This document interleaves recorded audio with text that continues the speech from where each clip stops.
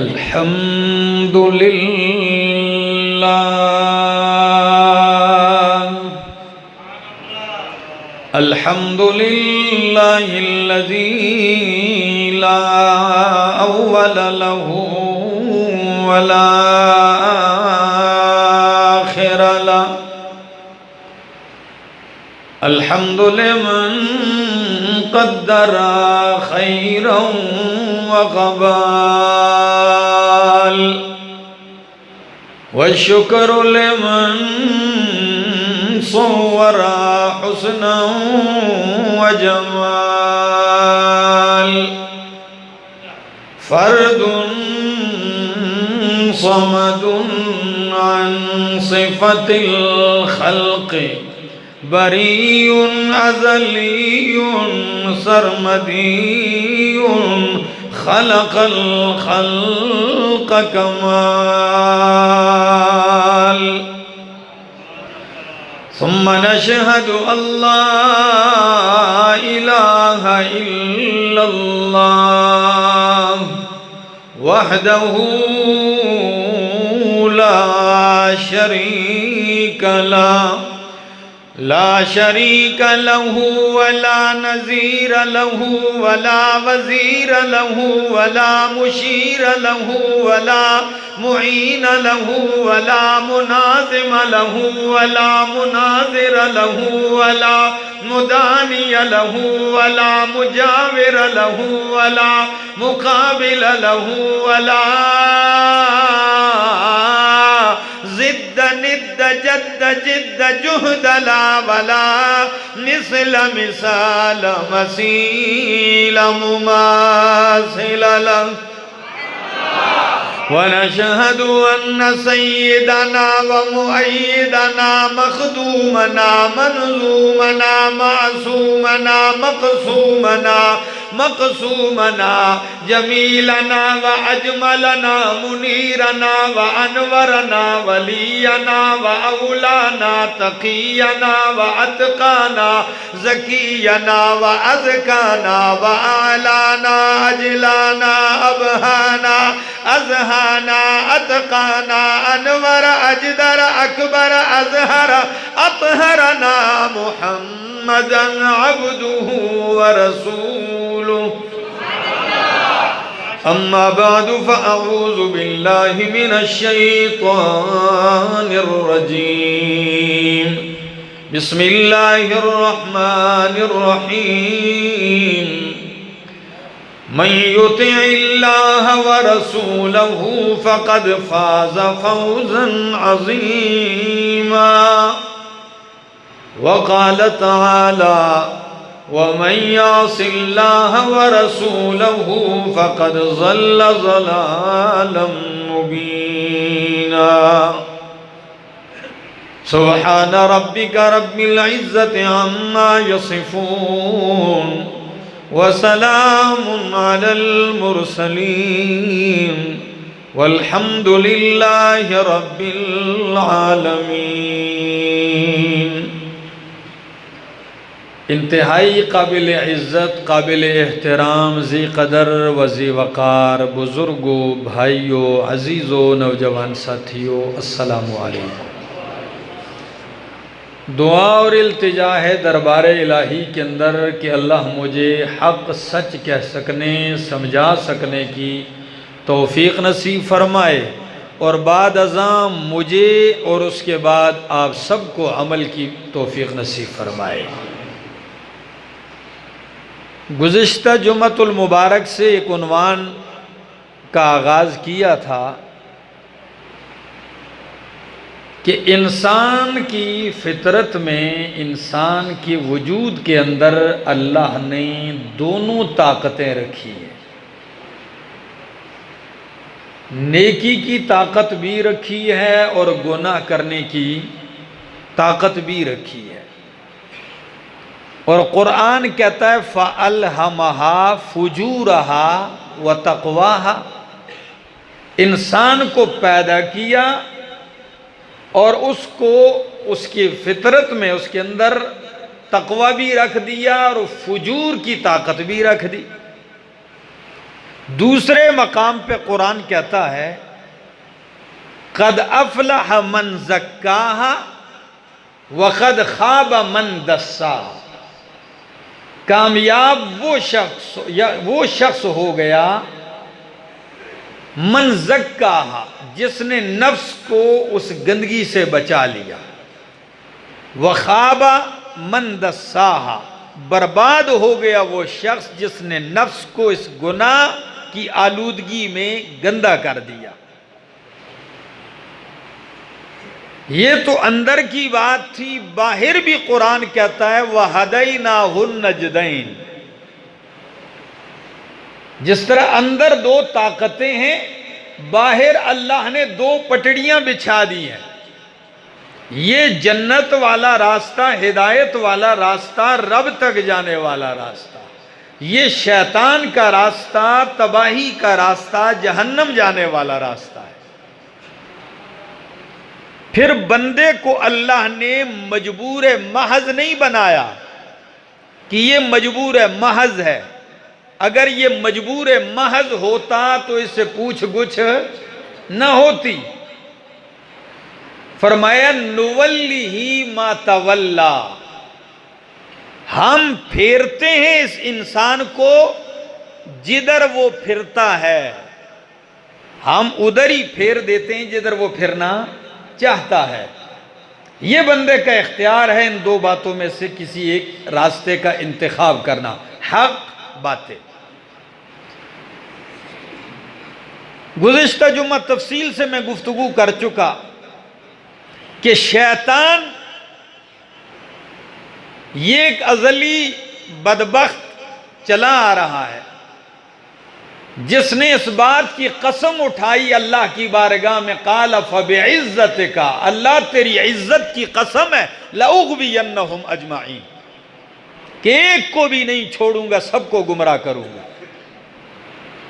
لیکن کمال دیکھیے میرے رب کا، جب شیطان نے کہا لأغوینہم، میں البتہ ضرور بضرور، لام تاکید نون ثقیلہ لگایا، لأغوینہم، تو اللہ نے جواباً فرمایا لأغوین، تو کہتا ہے تو میری طرف سے اعلان ہے لأملأن جہنم، جو تیرا فرما بردار ہوگا میں اس سے جہنم کو بھر دوں گا۔ اب یہ شیطان انسان کو برباد کرنے کے لیے اس کے پاس ایک حربہ نہیں ہے، دو نہیں، 10 نہیں، خوب پڑھا لکھا ہے، خوب ماہر تجربہ کار دشمن ہے۔ میں نے علامہ ابن قیم رحمہ اللہ کی ایک بات پہ گزشتہ جمعے کی بات ختم کی کہ شیطان سے مقابلہ کرتے ہوئے آپ کو ان 6-7 دشوار گزار گھاٹیوں سے گزرنا پڑے گا۔ شیطان نے آپ کے راستے میں کتنی گھاٹیاں بنا رکھی ہیں؟ 6-7 گھاٹیاں ہیں، اور آپ کو پتہ ہے گھاٹی کہتے ہیں 2 پہاڑوں کے بیچ میں اس چڑھائی کے اوپر چڑھنا، اس بیچوں بیچ جانے کا نام اس کو درہ کہتے ہیں۔ کیا؟ اس کو درہ کہتے ہیں، اور اس چڑھائی کے اوپر چڑھنے اس کو کیا کہتے ہیں؟ گھاٹی کہتے ہیں۔ تو یہ آسان ہوتا ہے؟ ہم نے کچھ دنوں سے کوشش کی ہے پہاڑوں پہ چکر لگانے کے لیے، میرے ساتھ یہ 2-3 دوست ہوتے ہیں، تو ان میں سے کچھ کو ایسے سانس چڑھا ہوتا ہے کہ پھول جاتے ہیں، پھر پاؤں سے جب چل نہیں سکتے تو ہاتھ بھی لگانے پڑتے ہیں، کہیں تو رک جاتے ہیں، کہتے ہیں میری بس، میں آگے نہیں جا سکتا ہوں۔ تو شیطان نے ان 7 گھاٹیوں میں آپ کو پھنسانا ہے، جو ان 7 سے گزر گیا پار ہو گیا۔ اب آئیے العقبۃ الاولی، پہلی گھاٹی کفر، الکفر باللہ وبدینہ ولقائہ۔ پہلی کوشش شیطان کی یہ ہوتی ہے کہ انسان کو رب کا کافر بنا دے، پہلی فرصت میں اس کی کوشش کیا ہوتی ہے؟ کہ یہ کافر بن جائے، رب کا انکار کر جائے، دین کا منکر ہو جائے، رب کی ملاقات کا منکر ہو جائے۔ لیکن اگر اس گھاٹی میں شیطان کا مقابلہ کرتے ہوئے انسان کہہ دے، او شیطانا، نہ میں رب کا انکار کرتا ہوں، نہ رب کے دین کا انکار کرتا ہوں، نہ رب کی ملاقات کا انکار کرتا ہوں، اس پہ پختہ ہو جائے، تو شیطان کہتا ہے چلو اس میں تو گزر گیا، نہیں مانا۔ اگلی دوسری گھاٹی العقبۃ الثانیہ، دوسری گھاٹی جس میں انسان پھنسا دیتا ہے شیطان انسان کو، وہ ہے ہی عقبۃ البدعۃ، وہ بدعت کی گھاٹی ہے۔ ٹھیک ہے، اللہ بھی مان، رسول بھی مان، دین بھی مان، لیکن ساتھ بدعات میں لگا دیتا ہے، نماز کے آگے پیچھے تھگڑیاں لگا دی۔ ایسا ہے کہ نہیں؟ جنازہ ہو رہا ہے، آگے پیچھے ٹوٹے شوٹے جوڑ دیے، اذان ہو رہی ہے، اللہ اکبر سے شروع نہیں، لا الہ الا اللہ پہ ختم نہیں ہوتی۔ آپ نے اکثر مساجد میں دیکھا ہوگا جب مؤذن آخری کلمہ کہتا ہے تو کیا کہتا ہے؟ او بھائی اتنا تو سنتے آ رہے ہو، کیا کہتا ہے؟ لا الہ الا اللہ، اسی پہ اذان مکمل ہوتی ہے۔ تو جب مؤذن کہتا ہے لا الہ الا اللہ، بڑے بڑے پرہیزگار آگے کہتے ہیں محمد الرسول اللہ۔ سنیں دیکھیں، اچھا یہ تو لوگوں کی بات ہے، سننے والوں کی، میں نے کئی اذان دینے والوں کو بھی دیکھا ہے، کہتے ہیں لا الہ الا اللہ، بٹن آف کرنے سے پہلے کہتے ہیں محمد الرسول اللہ، آہستے سے محمد الرسول اللہ، آہستے سے۔ سوال یہ ہے، پوچھنا تھا اس سے، تو کون آیا یہ کلمہ مکمل کرنے والا؟ کیا پیغمبر نے ادھورا بتایا تھا؟ کیا صحابہ ادھورا پڑھتے رہے، تو مکمل کرنے لگ گیا ہے؟ اب اگر یہ آپ کہیں کہ انہوں نے ادھورا بتایا تو پھر آپ کی کیا طاقت ہے کہ آپ پورا کرتے ہیں؟ اور اگر پیغمبر کی بتلائی ہوئی اذان اسی جملے پہ ختم ہوتی ہے، اور سننے والوں کے لیے طریقہ اور سنت یہ ہے کہ واللہم رب ہذہ الدعوۃ التامہ، یہ دعا پڑھیں۔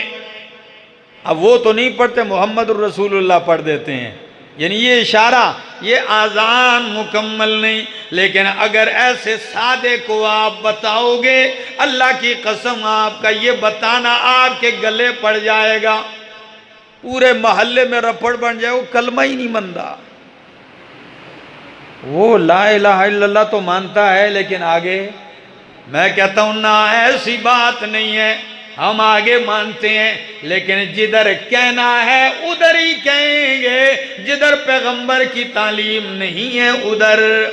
نماز میں سجدے اور رکعت میں دعائیں، کسی کو شوق چڑھ جائے، کسی کو محبت بہت جاگ جائے، اللہ سے پیار اور عشق کا ولولہ اتنا چڑھ جائے کہ چلو تیسرا بھی کر دیں وہاں، جی پیار بہت زیادہ آگے، لہٰذا کیا کر دیتا ہوں، تیسرا بھی کر دیتا ہوں، ہو جائے گا۔ کوئی منع کرے گا تو لوگ کیا کہیں گے؟ وہ سجدے، اللہ کے سجدے تو بھی منع کر سکتے ہیں۔ میرا بھائی، شیطان کی دوسری گھاٹی کہ وہ بدعت میں مبتلا کر دیتا ہے۔ قرآن کہتا ہے ذکر کرو، کیا کرو؟ اذکروا اللہ ذکرا کثیرا، تھوڑا نہیں بہت کرو، بلکہ اتنا کرو۔ قرآن کہتا ہے کہ عقل مند لوگ تو وہ ہیں الذین یذکرون اللہ قیاما وقعودا وعلی جنوبہم، کہ جو بیٹھے بیٹھے، کھڑے کھڑے، چلتے ہوئے بھی اللہ کا ذکر کرتے ہیں، اور کروٹوں کے بل بھی، بستر پر لیٹے بھی اللہ کا ذکر کرتے ہیں۔ لیکن میرے پاک پیغمبر نے یہ طریقے بتلائے ہیں، قرآن قرآن کہتا ہے، لیکن اس کو عجیب رنگ دے دیا گیا، اس کو عجیب رنگ دے دیا گیا۔ وہ کیا؟ آ جاؤ سارے مسجد میں، آ گئے جی، کھڑے ہو جاؤ، لائٹیں بند کر دو۔ پتہ نہیں ادھر تو الحمدللہ نہیں ہے، یہ لائٹیں بند کرو۔ اچھا کیا شروع ہو گیا؟ اب ہوا ہی ہوا ہوا ہوا شروع ہے اندر ہیں۔ اور ذرا یہ بھی آگے بھی سنو، ایک شخص کو میں نے مسجد میں دیکھا، رمضان کا مہینہ تھا محلے میں، تو وہ بیٹھا ہوا ایسے کر رہا ہے، ذرا میری طرف دیکھیے گا، کہتا ہے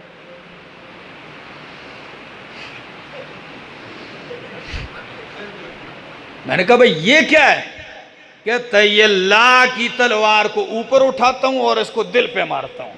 تو واہ بھائی، یہ لا الہ الا اللہ دل پہ ضرب لگاتا ہوں۔ میں نے کہا 10-15 منٹ یہ کام کرنے کے بعد اس کو چکر شروع ہو جائیں گے کہ نہیں؟ اچھا یہ ایک طبقہ۔ پھر کسی نے کہا جی کہتے ہیں نفسی ذکر۔ میں نے کہا نفسی کون سا ذکر ہوتا ہے؟ کہتا ہے یہ کیا ہے؟ او خدا کے نیک بختو، قرآن سارا ذکر ذکر کا حکم دیتا ہے، کیا طریقہ نہیں بتلا اللہ کے پیغمبر نے؟ اور کئیوں کا وہ ذکر کرتے کرتے جو ان کی ٹانگیں اوپر ہو جاتی ہیں، پگڑی ادھر جا رہی ہے، لاتیں مار رہے ہیں مسجد میں، بال بکھرے ہوئے ہیں، پگڑی ہو جا رہی ہے، کیا ہو گیا؟ اس کو وجد آ گیا۔ علامہ ابن قیم کہتے ہیں اس کو وجد ہمیشہ نرم بستر پہ ہی آتا ہے، اس کو مسجد کے مینار پہ کھڑے کر کے ذکر کراؤ، دیکھتا ہوں ادھر وجد آتا ہے کہ 3 منزل نیچے گرتا ہے کہ نہیں گرتا۔ تو شیطان کی دوسری گھاٹی بدعت میں مبتلا کر دیتا ہے۔ کس میں؟ حضرت عبداللہ ابن مسعود رضی اللہ تعالیٰ عنہ، قربان جاؤں وہ عبداللہ ابن مسعود کہ میرا پاک پیغمبر فرماتے ہیں جس کی باریک پنڈلی کا وزن قیامت والے دن احد پہاڑ سے بھی زیادہ ہوگا، وہ عبداللہ ابن مسعود کہ میرا پاک پیغمبر فرماتے ہیں، ترمذی کی حدیث ہے، جس نے قرآن اس لہجے میں پڑھنا ہے جس لہجے میں جبریل لے کے آیا، اسے چاہیے کہ ابن مسعود کی قرات پڑھے۔ ایسا ذرا دیکھیے، کسی نے کہا حضرت کچھ لوگ کوفہ کی مسجد میں آئے ہیں، بڑے پرہیزگار ہیں۔ انہوں نے کہا اچھا ان پرہیزگاروں کا درشن ہمیں بھی کراؤ۔ کتنے پرہیزگار ہیں؟ کہا جی پرہیزگار اتنے ہیں کہ بورے بھرے ہوئے ہیں، تروڑے بھرے ہوئے ہیں۔ کس چیز کے؟ ریٹھوں کے، چھواروں، کھجوروں کی گٹلیوں کے اور رنگ برنگی کنکریوں کے۔ دیکھیں کبھی وہ مسجد میں ایک لمبا دسترخوان بچھا کے وہ کنکریاں اس پہ ڈال دیتے ہیں، پھر جس طرح دسترخوان پہ لوگ روٹی کے لیے بیٹھتے ہیں، دونوں جانب لوگ بیٹھے ہیں، ایک آواز دینے والا کہتا ہے الحمدللہ، تو اب سارے شروع ہو گئے ٹھسا ٹھسا ٹھسا ٹھسا، الحمدللہ الحمدللہ جاری ہے۔ جب وہ سارے ختم ہو گئے پھر جمع کرو ان کو، رل گڈل کر کے ملا ملو کے پھر بچھاؤ جی استغفار، اب شروع ہو گیا استغفر اللہ۔ کسی نے ابن مسعود رضی اللہ تعالیٰ عنہ سے کہا ایسے بھی پرہیزگار مسجد میں آئے ہوئے ہیں، ان کا ٹھہرو میں ملنا ہوا، ان کا علاج کرتا ہوں۔ سیدھے آ گئے، دروازے میں کھڑے ہو گئے، فرمایا من عرفنی فقد عرفنی ومن لم یعرفنی فانا ابن مسعود، جو مجھے جانتا ہے وہ تو جانتا ہے، جو نہیں جانتا میں تعارف کروا دیتا ہوں، میرا نام عبداللہ ابن مسعود ہے، میں پیغمبر کا وہ خاص شاگرد ہوں کہ میرا نام مشہور ہو گیا، صاحب النالین والوسادہ، پیغمبر کی جوتے میں اٹھایا کرتا تھا، نبی کریم کا تکیہ میں اٹھایا کرتا تھا، امام الانبیاء کا مسواک میں اٹھایا کرتا تھا، میں وہ شاگرد ہوں پیغمبر کا۔ فرمایا ابھی تو پیغمبر کریم کے دنیا سے جاتے ہوئے کچھ ہی دن گزرے ہیں، ابھی تو وہ جن برتنوں میں کھانا کھایا کرتے تھے وہ برتن بھی نہیں ٹوٹے، ابھی تو آپ کے ہاتھ کی چیزیں بھی باقی ہیں۔ وَلَقَدْ جِئْتُمْ بِبِدْعَةٍ ظَلْمَا، تم یہ سیاہ اور اندھیری بدعت کہاں سے لے کے آ گئے ہو؟ مسجد کے دروازے پہ کھڑے ہو کہ پتھر مار کے ان کو بھگا دیے، چلو یہ کام نہیں چلے گا۔ تقوی منظور ہے، لیکن تقوی میں بھی پیغمبر سے آگے بڑھنے کی اجازت۔ عبادت کر، پیغمبر سے آگے نہیں بڑھ سکتا۔ کیوں؟ قرآن نے 14 صدیاں پہلے معیار مقرر کر دیا، فرمایا لا تقدموا بین یدی اللہ ورسولہ، او کائنات والو لا تقدموا بین یدی اللہ ورسولہ، اللہ اور اس کے رسول سے آگے مت بڑھو۔ یہ معیار ہے۔ اب جو بندہ کر رہا ہے اس سے اتنا تو پوچھ لیجئے ہاتھ تھام کے کہ یہ تو آگے بڑھ رہا ہے کہ نہیں بڑھ رہا۔ اگر نبی نے کیا ہے تو دلیل، نہیں کیا تو کیوں آگے بڑھ رہا ہے؟ یہ بدعت والا، کاش میرے پاس وقت ہوتا، آگے چلتا ہوں۔ تیسری گھاٹی شیطان، اس میں آپ کو گزارے گا۔ کافر بھی نہیں بنا سکا، مشرک بھی نہیں بنا سکا، بدعتی بھی نہیں بنا سکا، شیطان ناکام ہو گیا۔ تیسری گھاٹی وہ کیا ہے؟ وَهِيَ عَقَبَةُ الْكَبَائِرِ، کہے گا بدعت بھی نہیں، چلو بھائی تو پکا توحید پہ قائم ہے نا، سنت کے اوپر چل رہا ہے، بدعت بھی نہیں کر رہا، کبائر گناہ میں مبتلا کر دے گا۔ کس میں؟ کبیرہ گناہوں میں ڈال دے گا۔ اور تسلی کیا دے گا؟ او بھائی ہے تو توحیدی ہے نا، جنت پکی ہے تیرے ہستے، جو مرضی ہے کرو۔ کبیرہ گناہوں میں مبتلا کر دے گا، چوریاں کرے گا، حرام حلال کی پرواہ نہیں کرے گا، جھوٹ کی پرواہ نہیں کرے گا، بدکاری زناکاری کی پرواہ نہیں کرے گا۔ کیوں؟ کہے گا جی ہے تو مومن ہے، جنت میں جاؤں گا۔ یہ تیسری گھاٹی ہے، ادھر برباد کرے گا۔ اور اگر کوئی اس سے بھی بچ گیا، کبیرہ گناہ میں شیطان ڈال رہا تھا، نہیں آیا اس کے ہاتھ، جب نہیں آیا شیطان کہے گا چلو خیر ہے، چوتھی گھاٹی بھی میرے پاس ہے، چوتھی گھاٹی میں ڈال دے گا۔ وَهِيَ عَقَبَةُ الصَّغَائِرِ، کبیرہ سے بچ گیا تو چھوٹے گناہوں میں ڈال دے گا۔ کس میں؟ صغیرہ گناہوں میں مبتلا کر دے گا، کہ کسی نہ کسی درجے میں تو پھنسے نا، صغیرہ گناہوں میں مبتلا کر دے گا۔ اور کیا کہے گا اس کے دل میں؟ کہے گا ما علیک اذا اجتنبت الکبائر، وہ کیا مسئلہ ہے بھائی، کوئی پرواہ نہیں، جب کبیرہ سے بچ گیا تو چھوٹے موٹے کر گزرو۔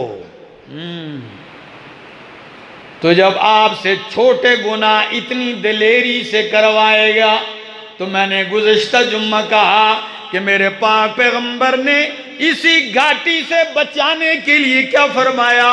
فرمایا ایاکم ومحقرات الذنوب، اے لوگو گناہوں کو کبھی حقیر نہ سمجھو، گناہوں کو معمولی سمجھ کے کبھی ان کا ارتکاب نہ کر بیٹھنا، اس ناز میں نہ رہنا او بھائی یہ چھوٹا ہے خیر ہے کر گزرو۔ ایاکم ومحقرات الذنوب، حقیر گناہوں سے بھی بچ جانا، کیونکہ کبھی کبھار تیل کے پورے ڈرم سے اتنا نقصان نہیں ہوتا کہ جتنا نقصان ماچس کی ایک باریک سی تیلی سے ہو جاتا ہے۔ ایسا ہی ہے، کبھی کبھی نقصان، کسی میدان میں ڈرموں کے ڈرم تیل جلاؤ کہ کچھ بھی نہیں ہوتا، لیکن آبادی اور شہر و مارکیٹ میں معمولی سی چنگاری بھی تباہی مچا دیتی، تو اس خیال میں نہ رہنا۔ اچھا اس سے بھی بچ گیا ایک بندہ، کبائر سے بھی اپنے آپ کو بچا رہا ہے، اور صغائر میں بھی شیطان کے ہتھے نہیں چڑھ رہا، تو پانچویں گھاٹی شیطان اس میں پھنساتا ہے، وہ کیا ہے؟ وَهِيَ عَقَبَةُ الْمُبَاحَاتِ، ان کاموں میں لگا دیتا ہے کہ جس کے کرنے میں نہ گناہ ہو نہ نیکی ہو۔ کیا کہتے ہیں میں جو کر رہا ہوں کون سا گناہ ہے؟ تو واقعی گناہ بھی نہیں ہوتا، مباح کام ہوتا ہے، ٹھیک ہے نا؟ اس مباح میں لگانے کا مقصد کیا ہوتا ہے؟ آپ کہیں گے اس میں شیطان کا کیا؟ شیطان دیکھتا ہے کبیرہ میں یہ نہیں آیا، کفر میں نہیں پھنسا، بدعت میں نہیں پھنسا، صغیرہ میں بھی نہیں پھنسا، چلو مباح کام میں لگا کے اس کا وقت تو ضائع کریں، ثواب نہیں ملتا تو چلو نیکی میں تو نہ کمائے نا، وقت اڑتا رہے اس کا۔ سوچ دیکھیے شیطان کی، ہم تو اس کا مقابلہ کرنے کے لیے سوچ ہی نہیں رکھتے ہیں، ہم تو کبھی خوش فہمی میں ہوتے ہیں اور وہ تباہ کر دیتا ہے۔ تو یہ پانچویں گھاٹی ہے۔ اور کبھی جب آپ فضول چیز میں لگیں گے، مباح چیز میں لگیں گے، مثلا جس کے کرنے والے پر سزا بھی نہیں ہے، تو آپ کو ایسے نیک کاموں کی فرصت نہیں ملے گی جو آپ فالتو ٹائم میں کر سکیں گے، آپ کا وقت ادھر لگا دے گا۔ اور پانچویں گھاٹی، چھٹی گھاٹی ہے ہی عقبۃ الاعمال المرجوحۃ المفضولۃ من الطاعات۔ اللہ، وہ کیا ہے کہ اعمال دو قسم کے ہیں۔ ہری پور والو، ہری پور والا جملہ کہتا ہوں، مجھے دوست کہتے ہیں کہ جو لوگ انٹرنیٹ کے ذریعے سنتے ہیں، اس دن کسی نے کمنٹ کیا تو مجھے میرے دوست نے بتایا، اس نے کہا جی آپ یہ ہری پور والا کیوں کہتے ہیں؟ ہری پور والو، آپ یہ نہ کہا کریں، بلکہ آپ یہ کہا کریں دیکھتی آنکھوں اور سنتے کانوں۔ یہ لفظ آج لکھا، میں نے کہا بھائی یہ ذرا مشکل ہے، بس ہماری عادت پڑ گئی ہے۔ پرسوں کچھ دن پہلے کشمیر میں بیان تھا، تو عادت ایسی پڑ گئی کہ کشمیر کے بیان کے دوران ہی ادھر میں نے کہہ دیا ہری پور والو، پھر ایک دم بریک لگائی، میں نے کہا بھائی ناراض نہ ہونا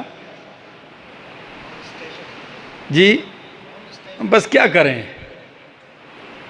اور ہری پور والوں سے ویسے بھی مجھے پیار ہے،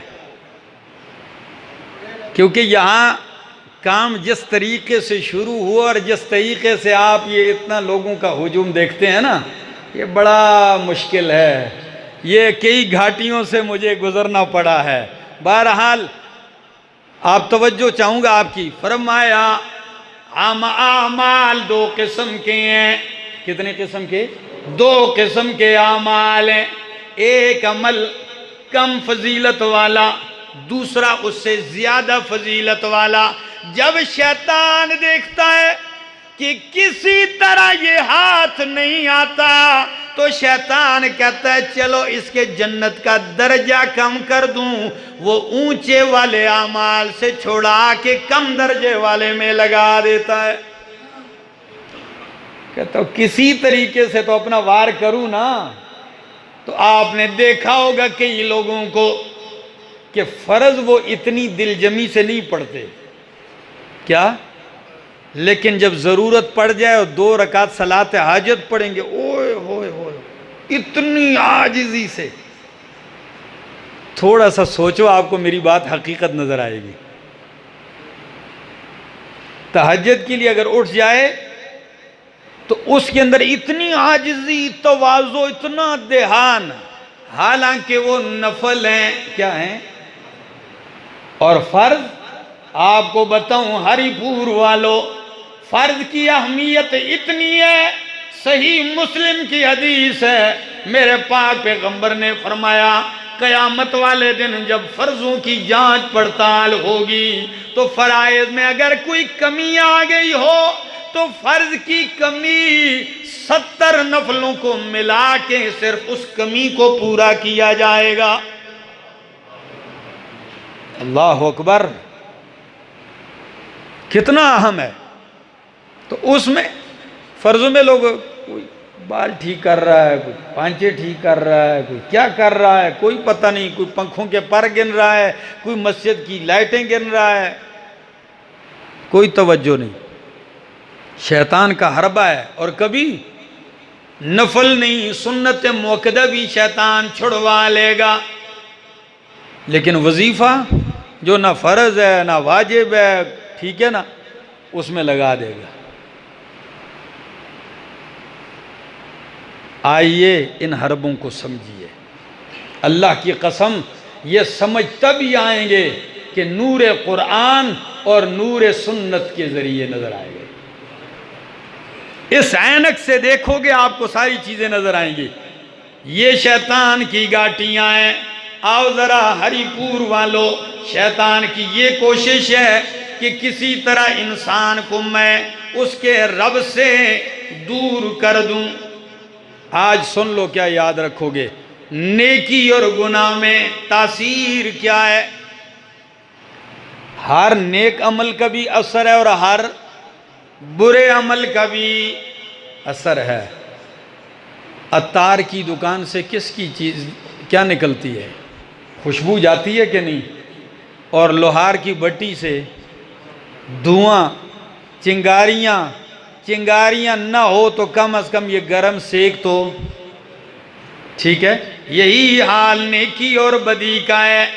سن لو، یاد رکھو گے، حضرت عبداللہ ابن عباس رضی اللہ تعالیٰ عنہ کیا عظیم بات کرتے ہیں، کہتے ہیں ان للحسنۃ ضیاء فی الوجہ ونورا فی القلب وسعۃ فی الرزق وقوۃ فی البدن ومحبۃ فی قلوب الخلق۔ سنو تو صحیح، کہتے ہیں ان للحسنۃ، بے شک نیکی کے لیے، ضیاء فی الوجہ، چہرے پہ ایک روشنی آتی ہے، نیکی سے چہرے پر اللہ، ضیاء فی الوجہ، بندہ رنگ کا جتنا بھی کالا کیوں نہ ہو نیک، اس کا چہرہ، اس کی نیکی کا اثر اس کے چہرے پہ ضرور نمایاں ہوتا ہے، پہلا اثر۔ دوسرا فرمایا وَنُورًا فِي الْقَلْبِ، دل میں نور پڑتا ہے نیکی سے، جب دل میں نور ہو تو چہرے پہ روشنی آتی ہے۔ تیسرا اثر ہے وَسَعَةً فِي الرِّزْقِ، مال میں کشادگی ہوتی ہے۔ کیا؟ مال میں۔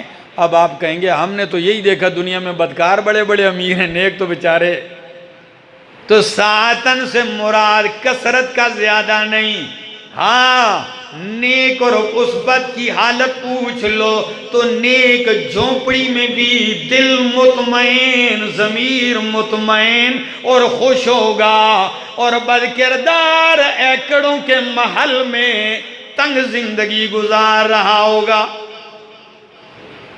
یہ ٹٹولنے سے پھر دیکھ لینا۔ چوتھا اثر وقوتاً فی البدن، نیکی سے بدن میں کیا پیدا ہوتی ہے؟ قوت پیدا ہوتی ہے، طاقت پیدا ہوتی ہے، روحانیت پیدا ہوتی ہے، اور وَمَحَبَّةً فِي قُلُوبِ الْخَلْقِ، نیکی سے اللہ کی مخلوق کے دلوں میں آپ کی محبت پیدا ہوگی، مخلوق آپ سے محبت کرے گی، فرشتوں کے ہاں محبوب، آسمانوں میں محبوب، اور اللہ کے نیک لوگوں کے ہاں محبوب ہو جاؤ گے۔ تو گناہ کا کیا اثر ہے؟ فرمایا وَإِنَّ لِلسَّيِّئَةِ سَوَادًا فِي الْوَجْهِ وَظُلْمَةً فِي الْقَلْبِ وَوَهْنًا فِي الْبَدَنِ وَنَقْصًا فِي الرِّزْقِ وَبُغْضًا فِي قُلُوبِ الْخَلْقِ۔ برائی کا، گناہ کا اثر یہ ہے، چہرے پہ سیاہی آئے گی، دل میں اندھیرا ظلمت آئے گی، اور رزق میں تنگی آئے گی، اور بدن میں کمزوری سستی آئے گی، نماز کے لیے اٹھتے ہوئے موت پڑے گی اس کو، آدھا گھنٹہ بھی اس کو چاپی کرو، اٹھ جا بھائی اٹھ جا، تو اب ایک کروٹ چاپی کرو گے واسطے سے دوسری کروٹ کر لے گا، چلو ادھر بھی چاپی کرو، اٹھے گا نہیں۔ یہ گناہ کا اثر ہے۔ کسی نے آ کر شکایت کی، میں نے ذکر کیا ایک عالم سے کہ حضرت کیا وجہ ہے مجھے رات کو اپنے رب کے حضور تہجد کے لیے اٹھنے کی توفیق نہیں ہو رہی؟ راز سن لیجئے، تہجد کی توفیق نہیں ہوتی، چاہتا بھی ہوں۔ فرمایا دن کے اجالے میں اس کی نافرمانی چھوڑ دے، رات کے اندھیرے میں وہ تجھے اپنے سامنے کھڑا کر دے گا۔ یہ کمال ہے نیکی کا۔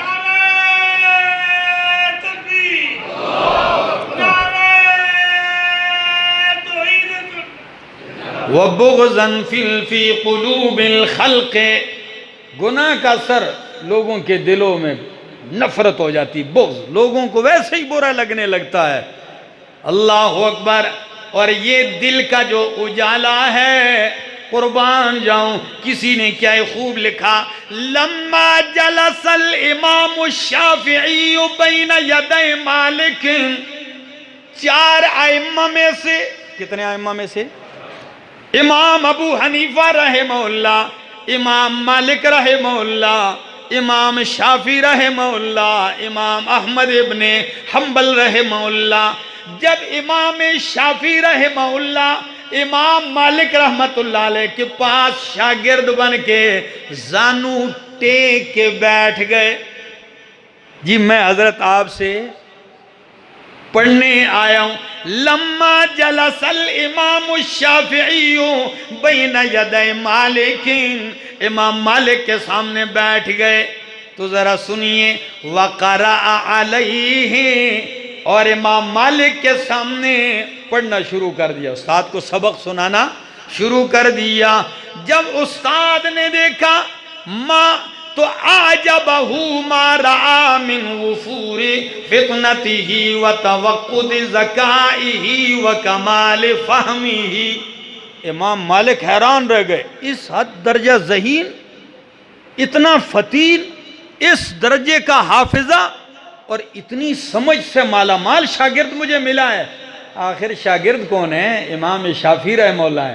جب استاد نے یہ کمالات دیکھے تو استاد کو بھی ذرا دیکھیے کیا کہنے لگے، فقالا، امام مالک کہنے لگے، انی اری اللہ قد القا علی قلبک نورا، او میرا شاگرد میں دیکھ رہا ہوں کہ اللہ نے تیرے دل میں نور ڈال دیا ہے، فلا تطفئہ بظلمت المعصیہ، اب گناہوں کی معصیت کے اندھیرے سے کہیں اس نور کو بجھا نہ دینا۔ میں دیکھ رہا ہوں رب نے اجالا کر دیا ہے، اب گناہ کر کے کہیں اس اجالے کو بجھا نہ دینا، اس اجالے کو بچانا پڑتا ہے، یہاں ایک دیا جل رہا ہے، نیکی کا، ایمان کا ایک چراغ ہے، اس کو بچائیے۔ اور اسی کو قرآن کہتا ہے مثل نورہ کمشکات، انشاءاللہ اس میں مستقل جمعہ پڑھاؤں گا۔ اور امام شافعی رحمہ اللہ ایک دوسرے مقام پہ فرماتے ہیں، ایک دفعہ میں گیا اپنے استاد سے، میں نے کہا حضرت میرا حافظہ کچھ کمزور ہو گیا۔ کیا؟ فرق لگ جاتا ہے لیکن بڑوں کی باتیں بھی بڑی ہوتی ہیں۔ فرمایا شکوت الی وکیع سوء حفظی، میں نے امام وکیع سے حافظے کی کمزوری کی شکایت کی، فاوصانی الی ترک المعاصی فإن العلم نور من الہی ونور اللہ لا یعطی لعاصی۔ تو امام وکیع نے کہا او میرا شاگرد گناہ چھوڑ دے، کیا کر دے؟ گناہ چھوڑ دے، معصیت چھوڑ دے۔ کیوں؟ فإن العلم نور من الہی، علم اللہ کا نور ہے، وَنُورُ اللَّهِ لَا يُعْطَى لِعَاصِي، یہ نور کسی نافرمان کو نہیں ملتا۔ آپ گندے برتن میں دودھ نہیں ڈالتے، ایسا ہی ہے کہ نہیں؟ کوئی جتنا ہی سادہ بے وقوف ہو گندے برتن میں دودھ نہیں ڈالے گا، تو اس گندے برتن میں اللہ نور و علم والا نور ڈال دے گا، قرآن والا نور ڈال دے گا؟ کبھی نہیں پڑے گا۔ اگر پہلے سے ہوا وہ بھی نکل جائے گا، کوچ کر جائے گا۔ آئیے ہمت کیجئے اور شیطان سے مقابلہ کیجئے۔ میں نے گزشتہ جو میں کہا کہ اس تقریر کا اصل خطاب پہلے میں اپنے آپ کو کرتا ہوں، تاکہ ہم اس کشمکش میں شیطان سے لڑتے لڑتے کہیں کسی گھاٹی میں پھنس نہ جائیں۔ اللہ ہم سب کا حامی اور ناصر ہو۔ ہاں یہ بات ضرور ہے کہ اللہ رب العالمین بخشنے والا ہے، مہربان ہے۔ کبھی کبھی شیطان انسان کو برباد کرتا ہے، تو برباد کرنے کا ایک اور طریقہ بھی ہے اس کا، وہ کیا ہے؟ امید۔ کیا؟ امیدیں دلا دیتا ہے۔ او بھائی چھوڑو، اللہ غفور الرحیم ہے، خوب رج کے گناہ کرے گا، آپ کہو گے بھائی خیال کرو، کیا کہے گا؟ اللہ غفور الرحیم ہے۔ میں نے کہا ظالم انسان شیطان کے کیسے دھوکے میں آ گیا۔ ایک طرف تو دیکھتا ہے وہ غفور الرحیم ہے، وہ رحمان الرحیم ہے، وہ غفار الذنوب ہے، وہ ستار العیوب ہے، لیکن اس کے ساتھ وہ شدید العقاب بھی ہے۔ وہ کیا؟ قہار بھی ہے، وہ جبار بھی ہے۔ کسی نے کیا خوب کہا، تو مشو مغرور بر حلم خدا، تو مشو بر مغرور بر حلم خدا، دیر گیرد سخت گیرد مرتورا۔ اللہ کی بردباری پہ کبھی مغرور نہ ہو، وہ دیر سے پکڑتا ہے لیکن سخت پکڑتا ہے۔ ان بطش ربک لشدید، تیرے رب کی پکڑ بڑی سخت ہے۔ ایسا بادشاہ ہری پور والو او وست سلطان ہر چی خواہد آکند، عالم را درد میں ویرا کند۔ وہ ایسا بادشاہ ہے جو چاہے کر گزرتا ہے، عالم را درد میں ویرا کند، جہان کو لمحوں میں ویران کر دیتا ہے۔ کتنی آباد بستیاں ان بارشوں سے برباد ہو گئیں۔ رات کو کروڑوں پتی، صبح گھر بھی نہیں ہے، رہنے کے لیے مکان بھی نہیں۔ رات کو محل میں رہنے والا صبح تمبو میں خیمے میں بیٹھ رہا ہے۔ رات کو مرغے اور بریانیوں کو دیکھ کے اکڑنے والا صبح بسکٹ کے لیے بھی ترس رہا ہے۔ او وست سلطان ہر چے خواہد آکند، عالم میرا درد میں ویرا کند۔ تو سب سے بڑا دھوکہ امام ابن قیم رحمہ اللہ اپنی کتاب میں عجیب بات لکھتے ہیں، کہتے ہیں یا مغرورن بالامانی، او امیدوں کی وجہ سے اللہ پہ لمبی لمبی امیدیں باندھنے والے، ان امیدوں کی وجہ سے دھوکے میں پڑنے والے، کیا خیال نہیں کرتا کہ لعن ابلیس و احبط من منزل العز بترک سجدۃ واحدہ۔ ہزاروں سال عبادت کرنے والا ابلیس جنت سے صرف ایک سجدے کا انکار کرنے سے نکالا گیا ہے۔ بات سمجھ میں آ رہی ہے؟ صدیاں عبادت کرنے والا جنت سے دفع ہو جا، فرمائے او خروج فإنک رجیم، تو لعنتی ہے۔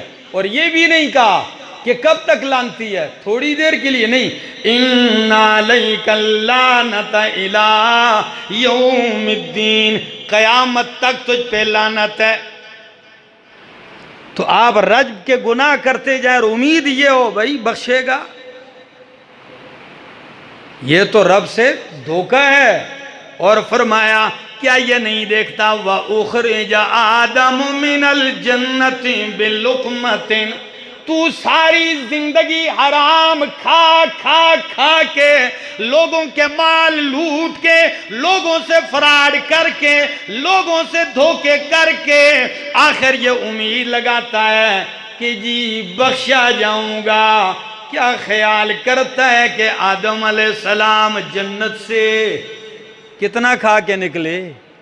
ایک لقمہ بلقمتن، صرف اللہ نے فرمایا اس درخت کے قریب نہ جانا۔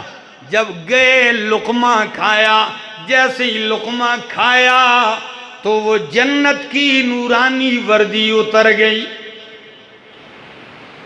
اللہ،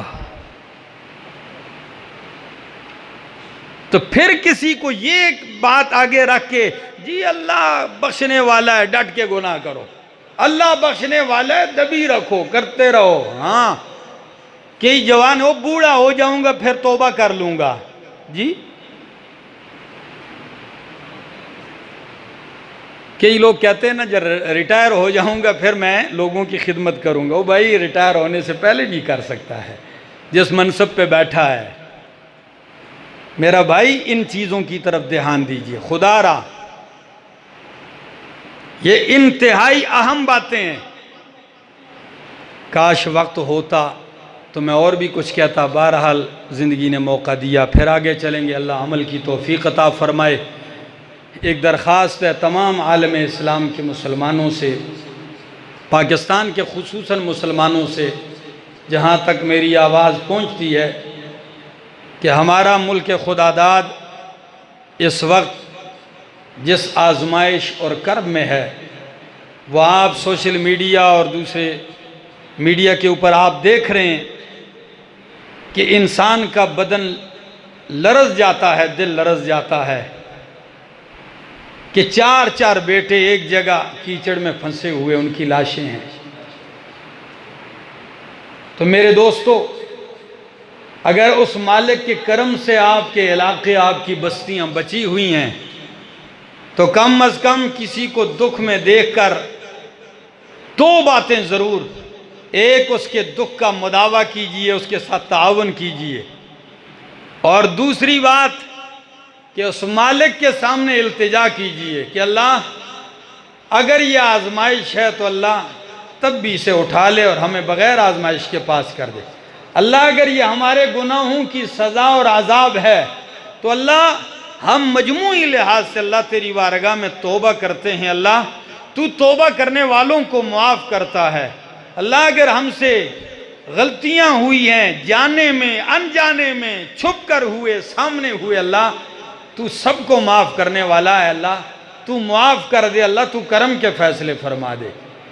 تو اس میں آگے بڑھیے۔ کل میں کچھ چیزیں میں نے دیکھی رات کو، انتہائی درد محسوس کیا، تو اس لیے میری درخواست ہے کہ جس کو جہاں دیکھتے ہو کہ اچھے ذریعے سے حقداروں تک، ضرورت مندوں تک آپ کا حق پہنچتا ہے، وہاں تعاون کیجئے جہاں اعتماد کی جگہ ہو۔ کیونکہ بدقسمتی سے کہنا پڑتا ہے کہ مسلمان اس معاملے میں بھی تاجر ہو، مسلمان اس معاملے میں بھی تاجر ہے۔ جب 2005 کا زلزلہ آیا تھا تو لاشیں نکالنے کے بجائے ایسے بھی لوگ تھے جو سونے والے انگوٹھیاں پہنے ہوئے ہاتھ کاٹنے لگ گئے تھے، وہ بھی کوئی غیر مسلم نہیں تھے۔ تو ایسے بھی لوگ ہیں جو بٹورتے دین کے نام پر ہیں اور جاتا ان کے پیٹ میں ہے، بٹورتے مسجد کے نام پہ ہیں جاتا ان کے پیٹ میں، بٹورتے مدرسے کے نام پہ اور جاتا ان کے پیٹ میں ہے۔ لیکن ایسے بھی اللہ کے بندے ہیں جو ایک پائی بھی ان تک پہنچتا ہے تو جہاں لگنے کا حق ہے وہیں لگتا ہے۔ تو ایسے بھی اللہ کے نیک لوگ ہیں، تو باعتماد جگہوں پہ کوشش کیجئے تاکہ ان ضرورت مندوں کے ساتھ تعاون ہو۔ اللہ ہم سب کا حامی و ناصر ہو۔